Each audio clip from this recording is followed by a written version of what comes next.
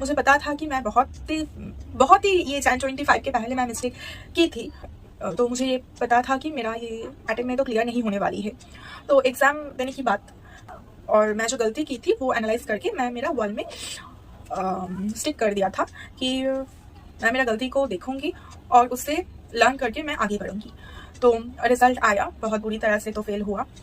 उसके बाद ही मैं अकाउंटिंग के लिए हार्दिक सर से पेड बैच ली और 36 डेज के अंदर मैं पूरा का पूरा अकाउंटिंग कंप्लीट किया, दोनों मॉड्यूल कंप्लीट किया। अब मुझे अकाउंटिंग बेस्ड लगने लगा।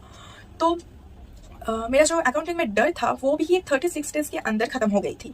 और एक एक दिन में मैं 7 से 8 आवर्स की लेक्चर लेती थी अकाउंटिंग के लिए। इसके लिए मेरा और जो सब्जेक्ट थी वो तो छूटने लगी, लेकिन फिर भी मैं कोशिश करती थी कुछ राइटिंग प्रैक्टिस करने के लिए। मैथ में तो बहुत ज़्यादा प्रॉब्लम आ जाती थी कि सही से प्रैक्टिस नहीं हो पाती थी। और इकोनॉमिक्स भी मैं करने की कोशिश करती थी, लेक्चर्स लेती थी। तो ये सब तो ठीक ठाक चल रही थी, लेकिन टाइम मैनेजमेंट सही से नहीं हो पाई क्योंकि मैं अकाउंटिंग पे थोड़ा ज़्यादा ही वक्त दे दिया था।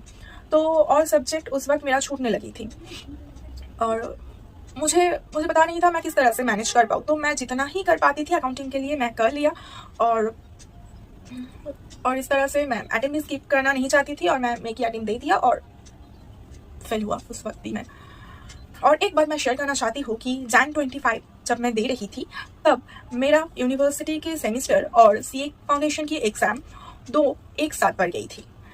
मैं एक दिन सीए फाउंडेशन की एग्ज़ाम देती थी, उसके अगले दिन मैं कॉलेज में सेमिस्टर देने जाती थी, उसके बाद सीए फाउंडेशन, उसके बाद कॉलेज की सेमिस्टर। तो इस तरह से मेरा चलने लगी। और जो लास्ट पेपर थे इकोनॉमिक्स, और इकोनॉमिक्स के दिन ये हो गई थी कि मैं सेमिस्टर देने चली गई सुबह।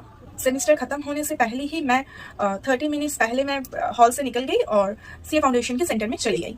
उसके बाद मैं इकोनॉमिक्स की पेपर दिया। इस तरह से मेरा पढ़ाई भी एग्जाम के टाइम पे सही से नहीं हो पाती थी क्योंकि एक दिन सीए फाउंडेशन और एक दिन मेरा सेमिस्टर। तो इस तरह से होने से मेरा सही से मेंटेन करना बहुत मुश्किल हो गई थी। और इस तरह और मेरे लिए बिल्कुल भी ये आसान नहीं थी कि आर्ट्स से कॉमर्स पर स्विच होना, लेकिन मैं करना चाहती थी सीए, तो एफर्ट्स तो डालना ही पड़ेगा।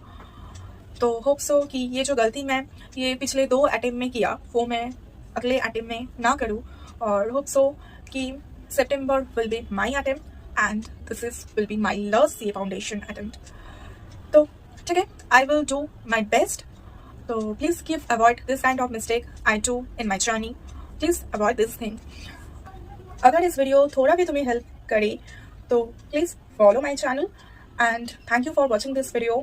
तो मिलते हैं, बाय बाय।